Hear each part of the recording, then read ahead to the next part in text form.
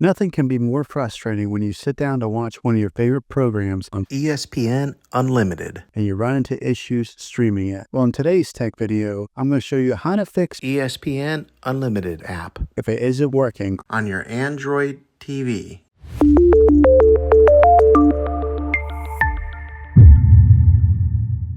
Let's see if we can fix your problems and get your ESPN Unlimited app. back up and running as quickly as possible. The first one, it's the easiest one to try, and that's to unplug your TV from the wall outlet and wait 60 seconds. Now, don't be impatient here. Wait the whole 60 seconds, then plug it back in. This is very different from turning your TV on and off with your remote control. This is what we call a hard reset of your TV, so make sure you do this method. If that doesn't work, then find your router that is giving you Wi-Fi and unplug the power to that for 60 seconds. Then plug it back in. If it fixes it, great. If not, let's go ahead and move on to the next method. Try deleting ESPN Unlimited app on your TV. Go to wherever the apps are located on your system and remove the app altogether. Then reinstall ESPN Unlimited app. After you reinstall it, you might have to log back in with all of your credentials, but hopefully this will work. And if that doesn't work, then I recommend buying an affordable Roku stick, Fire Stick, or Apple TV 4K and plug that into your TV and use that as your main streaming player. And you'll be able to access ESPN Unlimited app that way. I'll put links in the description down below of where you can get one. There you have it, folks.